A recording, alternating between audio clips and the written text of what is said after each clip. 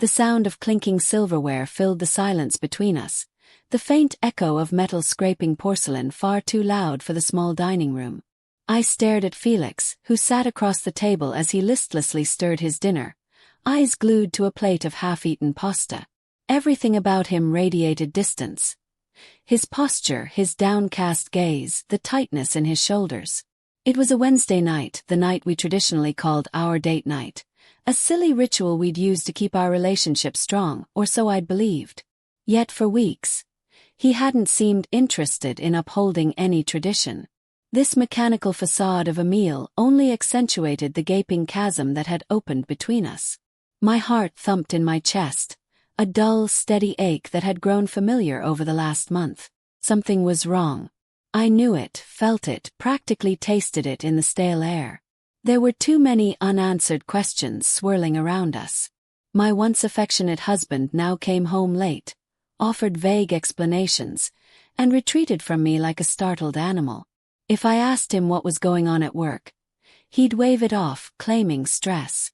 If I inquired about his new phone habits, never letting it out of sight, turning it face down whenever I was near, he'd snap back that I was overthinking, that it was just an increased workload.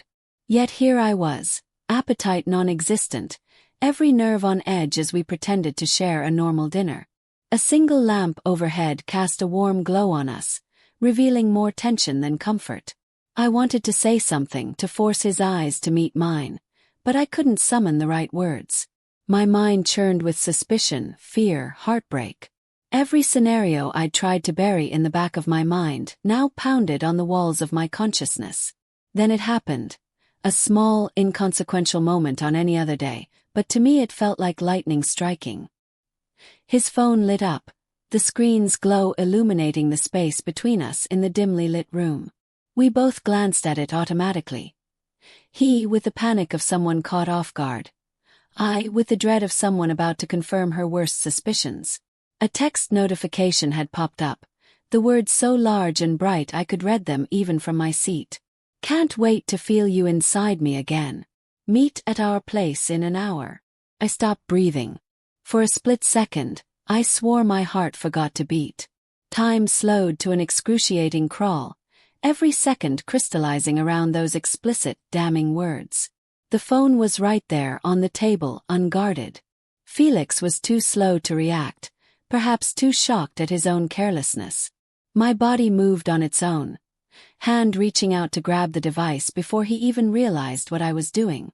I caught a glimpse of the sender's name. Gemma. A name we both knew, or at least I knew of her from random mentions, if not intimately. Louisa, Felix managed, though the single syllable sounded strangled. He looked at me with wide eyes, guilt flooding his features. I ignored him, hands trembling. Without thinking, I unlocked the phone. He must have been too panicked to notice I was doing it, and opened the text thread. My eyes flickered over messages that spanned months, dripping with lust, with secrets, with casual talk of me like I was an obstacle, a nuisance, a naive creature who existed only in the margins of his life. My husband had a whole second existence, one that was spelled out in front of me with horrifying clarity. He'd written about me with such boredom, such indifference. Lines about how I was predictable, how our marriage felt suffocating, how Gemma made him feel alive. I tasted acid at the back of my throat. I wanted to fling the phone across the room, to smash it, to scream at him. But some part of me, maybe the proud part, the part that refused to let him see me crumble, took over. I merely placed the phone down gently, sliding it across the table so it was right under his nose. "Everything okay, honey?" He tried again, voice shaky. My answer came out in a tone I hardly recognized. Low, cold, devoid of the usual softness I once showed him. "Why don't you tell me, Felix?" He swallowed hard, eyes darting to the phone, to me, back to the phone, searching for a lie. After a painful pause, he let out a quiet, "I can explain," as though that would fix the obscene text, the avalanche of betrayal scrawled across the screen. "Explain what, exactly?" I asked, trying to keep my voice steady. "Explain how you've been cheating on me for how long, Felix?" His gaze dropped. For a moment, he did that flickering, pitiful expression, as if he wanted to spare me further agony. But we were past that now. There was nothing left for him to protect. 6 months, he finally confessed. My world shattered. 6 months of him lying to me, sleeping with another woman, building this entire relationship behind my back. I felt fury claw its way up my throat, fighting with a heartbreak that threatened to make me sob. But I refused to cry in front of him. I refused to give him that power. Who is she? I whispered, even though the text made it obvious. I needed to hear him say her name. He cleared his throat, shoulders sagging. Gemma, he murmured. Gemma Young. Some part of me wanted to fling my plate at him, to watch the ceramic explode against the wall, to let the primal rage out. But instead, I stood abruptly, my chair screeching across the floor. I'm leaving, I said, each syllable shaking with furious resolve. Louisa. He reached out as if to stop me, but I stepped away. My body felt like a single coil of tension, ready to snap. We can talk about this later. Don't bother. My mouth twisted into a bitter half-smile, though tears pricked at the corners of my eyes. When I come back for my things, you better be gone. You and your phone, and your dirty little secrets. With that, I grabbed my purse, keys, and stormed out into the night. I half expected him to chase me, but no footsteps followed. The winter air stung my cheeks, or maybe it was the tears. Either way, I didn't look back. I spent the night in a cheap hotel downtown, the type of place with a flickering neon vacancy sign and thin walls that let me hear the neighbor's TV. I stared at the ceiling through the small hours, my mind an endless loop of Gemma's messages, Felix's betrayal, the humiliating spectacle of it all. At some point I realized I could not let him get away with this. He had destroyed our marriage, trampled on my trust, and thought he'd walk away unscathed. Well, I refused to let that happen. My fury hardened into something cold and precise, an emotion that grew sharper as the hours slipped by. By morning, my first move was to make a phone call to a friend of mine, someone who'd dealt with her own fiasco of a divorce a couple years back. She gave me a number for a private investigator, Robert Kane. He specialized in these types of cases, she said. The voice on the other end of the phone told me to come by a little cafe near the financial district later that day. I arrived at the cafe with a pounding heart and eyes that felt raw from lack of sleep. Kane was a middle-aged man with salt and pepper hair, a neutral expression that suggested he'd seen and heard everything. He listened quietly as I spilled my story. How I discovered Felix's messages, how I suspected this affair had run deeper than 6 months, how I wanted proof. Kane merely nodded, scribbling notes on a small pad. When he finally spoke, his tone was calm. You want me to dig in, find out the extent of his betrayal, get you evidence of finances, phone records, anything else that might help you? I swallowed, my mouth suddenly dry. Yes, I want everything. I want to know every lie he's told, every dollar he's spent. And I want to make sure he can't keep hiding behind my back. Kane nodded once. Consider it done. Barely 24 hours later, I got the call that he'd found something. We arranged to meet at my house. Technically Felix's and mine, but I knew he wasn't home. I recognized Kane's car pulling into the driveway. He stepped out with a thick folder under his arm, face stoic as he walked up to greet me. Mind if we talk inside? He asked. His voice told me that what he had discovered was not going to be easy to hear. I motioned him in, leading him to the dining room. The table was still set with the remnants of that fateful dinner from days ago. A plate, an empty glass, a half-burned candle. The sight of it made my stomach churn. Kane set the folder down and slid it across to me. Brace yourself, he said softly. It's worse than you think. A wave of anxiety crashed through me. I opened the folder, rummaging through pages of phone logs, emails, receipts from expensive restaurants, hotels. But that wasn't the worst. Tucked in the back were bank statements, listing transactions I never authorized, swirling with suspicious charges at jewelry stores, designer boutiques, high-end apartments. Not just with Gemma, Kane said, clearing his throat. He's been seeing other women before her, or alongside her, for over a year. A year.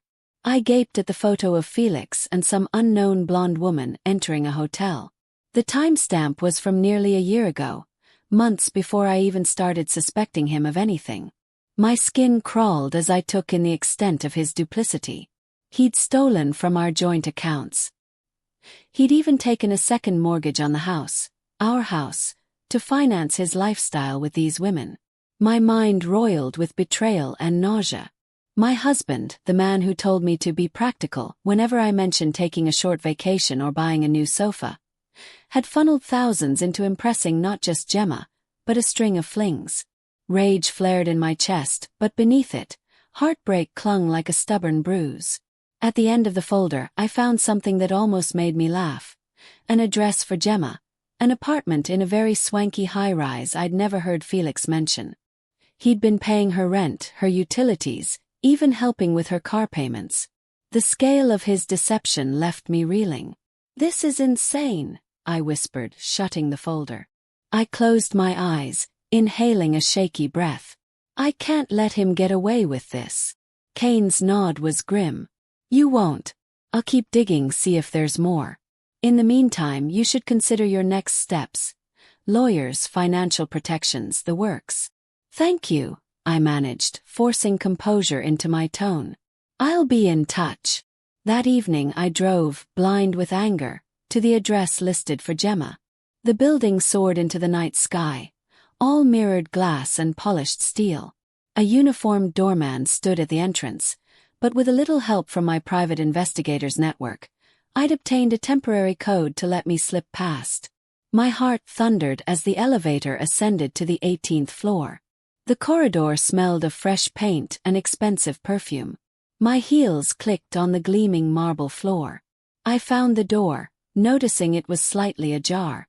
My pulse spiked with adrenaline. I didn't hesitate. I pushed it open and stepped into a lavish living space. Soft lighting illuminated modern furniture, abstract art pieces, an array of decor that screamed money. I heard footsteps padding in from the next room. Then a voice, feminine with a pleased lilt. "Felix, you're early." She entered, wearing a sheer robe that left little to the imagination. Her makeup flawless, hair twisted in an elegant style. She froze when she saw me instead of Felix. She took me in with a single sweeping glance, then smirked as if we were meeting at some fancy party. "Oh," she purred, crossing her arms in front of her chest, that smug expression never fading. "So you're Louisa." My anger blazed. "You knew about me," I hissed, stepping forward, fists clenched. "You knew he was married. And you still—" Gemma shrugged, strolling to the counter and picking up a glass of wine. "Men like Felix always have wives," she said dismissively. "I'm not responsible for his choices. He wanted me and I let him chase me. Simple." She took a sip of wine, gaze flickering over me. "But if you're here for some big confrontation, I have to tell you. He's broke, darling. All that cash he's thrown around on me. He doesn't have it anymore." The statement rattled me. "What are you talking about?" She feigned pity, swirling her wine glass. "He took out loans, second mortgages. God knows what else to pay for this place, for all the gifts. He's practically drowning in debt. Whatever you're hoping to salvage from him, good luck." My cheeks flamed. I was so furious that tears pricked at my eyes. "You used him," I whispered. Gemma set her glass down. "And he used me. This arrangement was mutual, trust me. But I suppose that's all gone now." Her eyes narrowed as a wicked smile curved her lips. "I'm guessing you're here for revenge. Well, have fun. If you think you're hurting me with your righteous fury, let me assure you, I've already made my exit plan." Before I could stop myself, I lunged forward, hand cracking across her cheek in a slap so loud it echoed in the pristine apartment. She gasped, stepping back with eyes full of anger and shock. A moment passed, thick with tension. Then she hissed, "You'll regret that." "No," I said, voice trembling with wrath. "I think you and Felix are the ones who'll regret everything." I pivoted, storming out before the urge to smash something took over. My heart thundered in my ears. I slammed the door behind me, ignoring the stares of a man stepping off the elevator. Let him wonder. Let them all wonder. I was done letting others control me. The following day, I sat in a pristine glass-walled office high above the city, across from the most formidable divorce attorney I could find. Crystal. She was known for her cold efficiency, a rumored prowess that left scorched earth behind if her client wished. Perfect. We took seats in front of a wide window showcasing the skyline. Yet neither of us glanced at the view. Our focus was the folder I brought, all the damning evidence from Kane's investigation. Crystal flipped through each page with deliberate calm.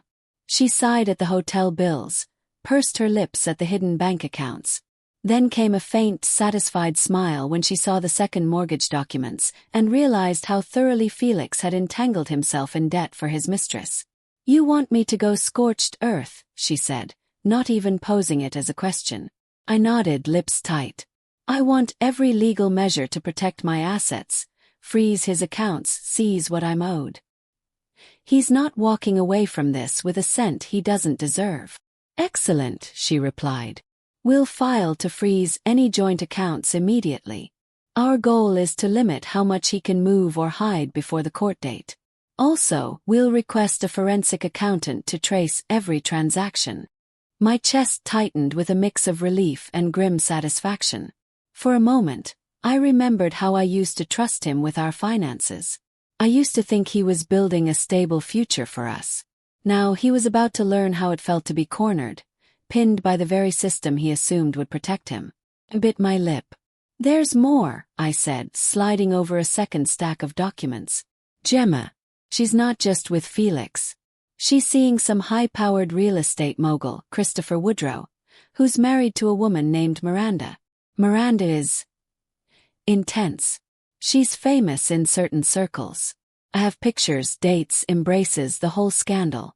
I found it when the investigator dug deeper into Gemma's background." Crystal's eyebrows rose. "Interesting. So Gemma was double-crossing Felix, and this older man is also married." "Yes," I said, exhaling. "Miranda's known for her philanthropy. But behind the scenes, she's a fierce socialite who tears people apart if they cross her. She has a reputation for not letting anyone publicly embarrass her. If she finds out her husband's cheating with Gemma, she will go nuclear." Crystal smirked. "And you intend to facilitate that discovery?" "I do." My voice dripped with bitterness. "Felix tore my life apart and chose Gemma, who's been conning him the entire time. I want them both to burn.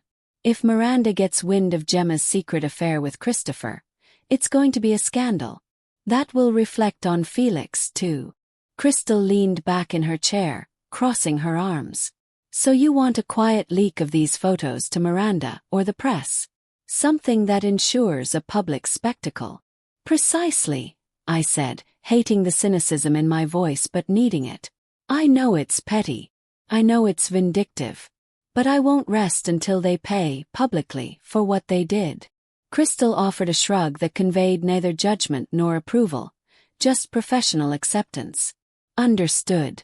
We can time the leak around a major event, somewhere they can't run from." A perfect opportunity was on the horizon: the annual Westbridge Charity Gala, a massive function that Felix and I used to attend, rubbing elbows with the city's elite. I'd heard through mutual acquaintances that Felix planned to bring Gemma this year, proudly parading her around as his new partner. And as luck would have it, Christopher Woodrow and Miranda were also set to attend.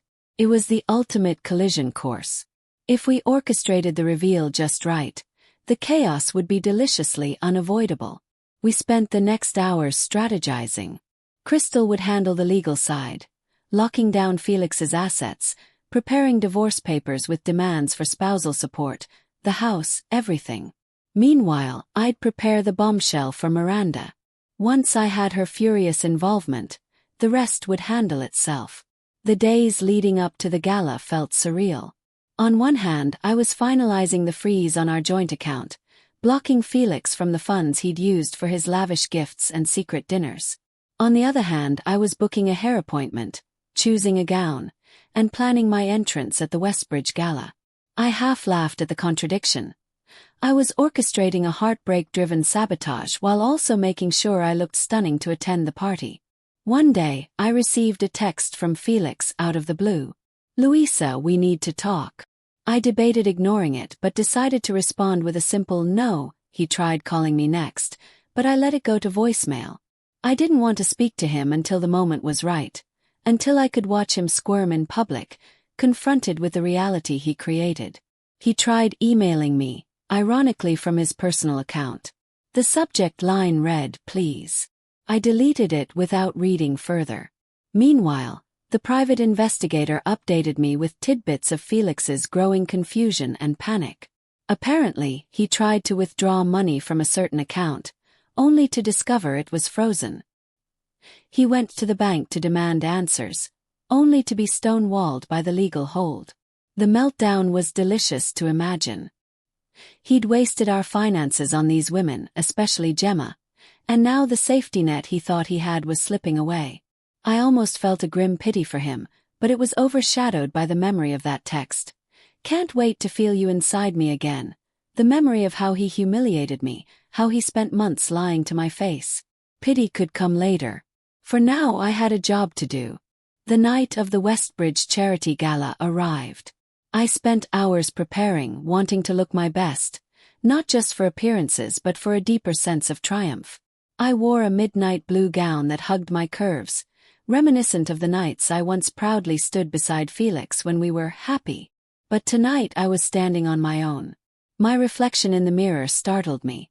It was the same woman but reborn in a sense. Gone were the softened edges of someone who blindly trusted. My posture was straighter, my gaze sharper, my lips set in a determined line. Maybe heartbreak did that to a person, burned away the illusions, leaving something harder, more polished beneath. The gala took place in a grand ballroom downtown. All polished marble floors, chandeliers dripping with crystals, and smartly dressed attendants weaving through a throng of VIPs. I stepped out of my hired car, ignoring the cameras snapping at arrivals, and glided through the entrance as if I owned the place. The air smelled of expensive perfume, cologne, and the tang of champagne. People turned to glance at me, some with recognition, some with confusion, as if wondering why I was here without my husband. I spied Crystal near a corner, looking impeccable in a sleek black dress. She caught my eye, offered a subtle nod. That was my cue. The chain of events we planned was ready to unfold. Somewhere in this crowd, Miranda and Christopher Woodrow mingled. Gemma and Felix would be here too, flaunting their relationship as though there was nothing shameful about it. Sure enough, after 10 minutes of mingling with acquaintances who politely asked how I was doing, and I gave polite, non-committal answers, I saw them. Felix wore a tailored tux that I recognized from our past attendance at this same gala. Gemma practically draped herself over him, wearing a shimmering red dress cut to accentuate every curve. They were laughing, sipping champagne, unaware of the storm about to hit. A flush of adrenaline coursed through me. I forced myself to act calm, swirling the champagne in my flute. My phone buzzed. A text from Crystal. "In position. Miranda has the envelope." I cast a glance across the ballroom.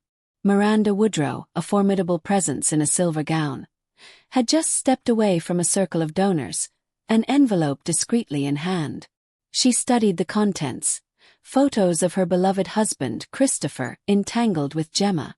Miranda's expression remained composed, but I saw the flicker of raw fury in her eyes. She snapped the envelope shut, gliding across the floor with lethal purpose.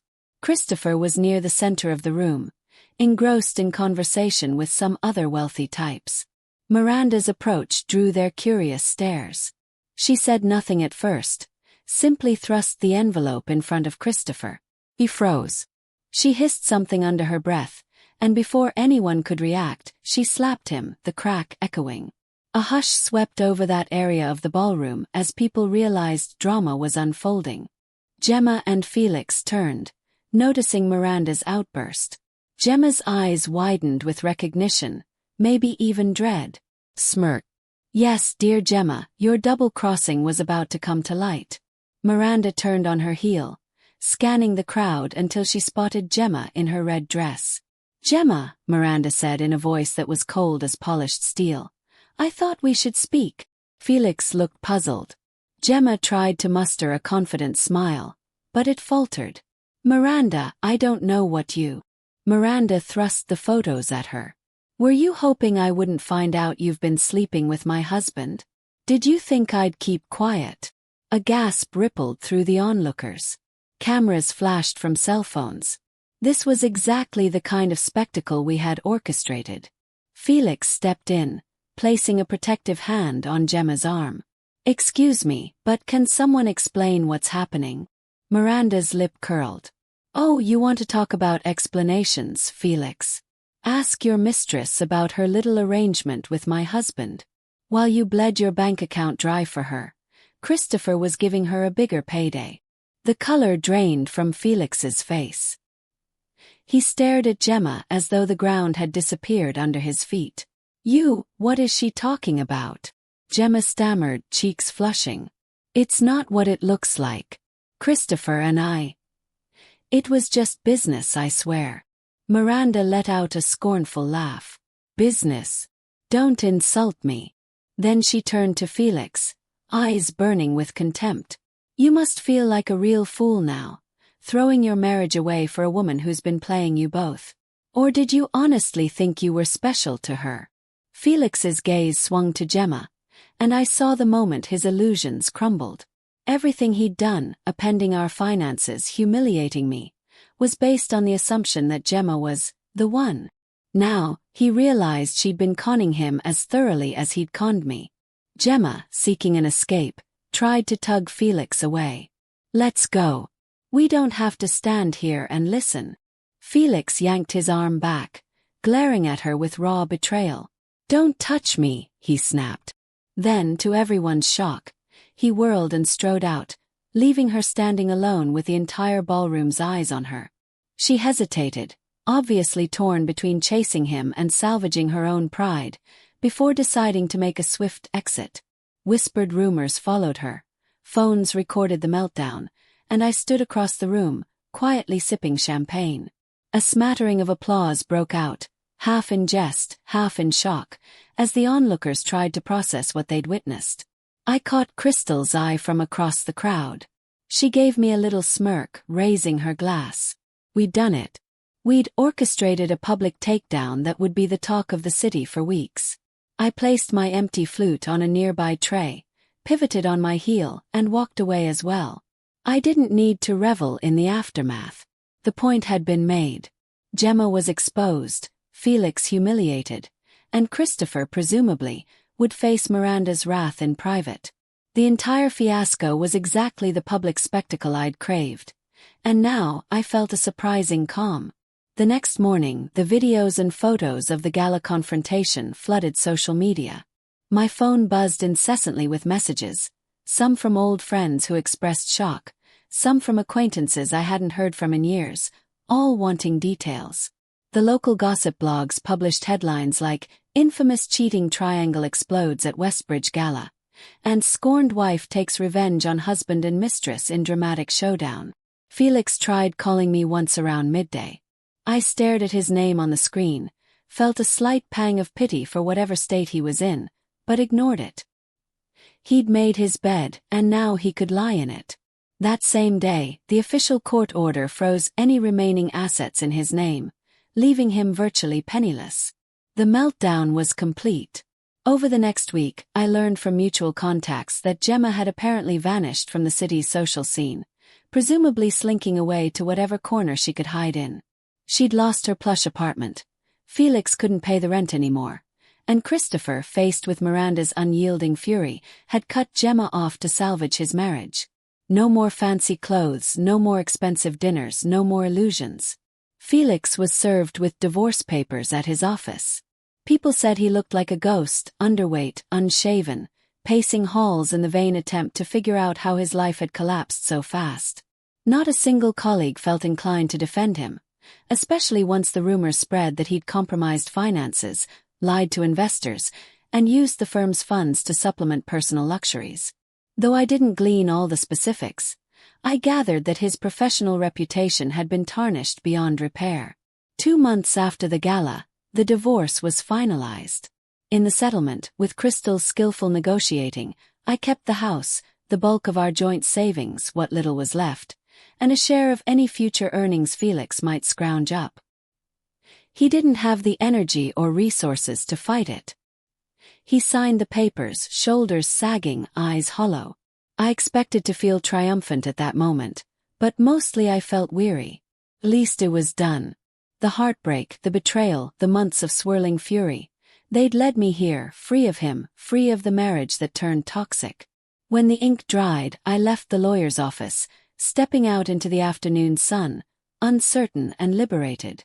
That night, I sat alone on the porch of our house. My house now, watching the sky shift into dusk. The yard looked the same, but everything else in my life felt transformed. I remembered the day Felix and I bought this place, how excited we were, how we'd planned a future of kids, maybe a dog, always believing in happily ever after. It hurt to recall, yet I found a strange solace in reclaiming it on my own terms. I took a deep breath, letting the crisp air fill my lungs. I was rid of Felix's lies, and though the wounds ran deep, I could finally start healing. My phone buzzed softly, a text from an old friend, congratulating me on my newfound freedom and inviting me to a small get-together. I typed back a grateful response, thinking maybe it was time I re-entered the world as Louisa, an independent woman, not as the wife overshadowed by her husband. In the months that followed, I dove into work and personal projects with renewed determination. I joined a local volunteer group that focused on helping women navigate financial hardships. Women who, like me, discovered their spouses had left them in precarious positions. Each time I spoke to someone in crisis, I felt a pang of empathy, recalling the humiliation of finding that first text, the numb horror of discovering how Felix squandered our finances. Over time, I formed a small organization named after a friend who once struggled with a similar betrayal. In Lara's light, the group helped other women find legal resources, connected them with reputable private investigators or lawyers, gave them moral support to get through the upheaval of infidelity. Standing in front of a small crowd at our first fundraiser, I recounted pieces of my story, careful not to name Felix, but the details were obvious enough for those who'd read the gossip columns. I was met with applause, tears, and heartfelt thank yous from women who felt less alone. Afterward, I found myself stepping outside for a breath of fresh air, leaning against a railing overlooking the city. The sun dipped below the skyline, painting the horizon in orange and pink. A sense of peace washed over me, one that felt new. I realized that the revenge I'd orchestrated, though spectacular, wasn't the true victory. The real victory was that I'd crawled out from the wreckage of my marriage, regained control of my life, and discovered strength I hadn't known I possessed. I still occasionally thought about Felix. Snippets of memory floated unbidden. How I once believed he was the love of my life, how I'd cooked him homemade meals, wrote him little notes reminding him to take a break, how we once planned that trip to Europe we never took. Sometimes sorrow flared, but it was a sorrow dulled by time and by the knowledge that the man I loved hadn't really existed in the way I thought. The heartbreak was real, but I wasn't going to let it define me. Sometime later, I heard that Felix was attempting to rebuild. A mutual acquaintance told me he'd taken a low-level job at a smaller firm, trying to claw his way back to financial stability. Gemma was long gone, rumored to be in another city, possibly with another unsuspecting man. The flamboyant Christopher and his wife Miranda had made a public show of reconciling, though I doubted Miranda would ever forget his trespass. Everyone seemed to move on or pretend to in the swirl of life. Curiously, I didn't feel glee at hearing Felix's struggles. There was a time, right after I discovered the affair, when I wanted him to suffer. But now, with the drama behind me, I felt mostly indifference. His punishment had been dealt. His illusions shattered. Revenge had brought me short-term satisfaction, but true contentment came from forging my own path, helping others, and refusing to let bitterness govern me. That's not to say I regretted my actions at the gala. Part of me still found a fierce joy in knowing I'd orchestrated such a precise takedown. But as the months wore on, it felt more like a cautionary tale from my own life than an all-consuming mission. One evening, after a successful event for In Lara's Light, I found a note slipped into my purse. It was from a man I'd met briefly at the fundraiser, a friend of a friend. He'd written a short message complimenting my speech, my passion, and ended with, "If you'd ever like to grab coffee, let me know." I reread it, feeling my cheeks warm. For the first time in a long while, I considered the possibility of letting someone else into my life. I lingered on my balcony that night, the city lights glowing below me. The air smelled of distant rain, carrying a sense of renewal. A memory sparked. The moment I discovered Felix's text, the devastation that followed. My chest tightened, recalling how far I'd come, how I nearly broke, but found a reservoir of strength I never anticipated. I turned the note in my hands, letting the breeze rustle its edges. Perhaps, I thought, I was ready for a new chapter, one not defined by betrayal or vengeance. Perhaps I could explore a relationship again, not from a place of desperation, but from a sense of self-worth. Slowly, the corners of my mouth curved into a small smile. I slipped the note into my pocket, deciding that I'd give him a call when I felt ready. Because that's what it boiled down to now. My choice, my life, my autonomy. Nobody could snatch it from me. I was no longer the naive wife who believed love conquers all. I was a woman shaped by betrayal, but not destroyed by it. And so, in the hush of my new home, I raised a glass to the city lights, to the gentle murmur of possibilities drifting through the night. My reflection in the glass door reminded me of everything I'd overcome, the heartbreak, the illusions, the fury. I toasted it all, quietly, to the future I was building for myself. Because sometimes the sweetest ending isn't just about the downfall of those who wronged us. It's about discovering we can thrive, love, and hope again in spite of everything. That, more than any public spectacle or cunning revenge, was the real triumph. Reclaiming myself from the wreckage, forging a path illuminated by my own determination, and finding that even after the darkest storms, life can offer new beginnings, new loves, new hopes, and those can be the greatest victory of all.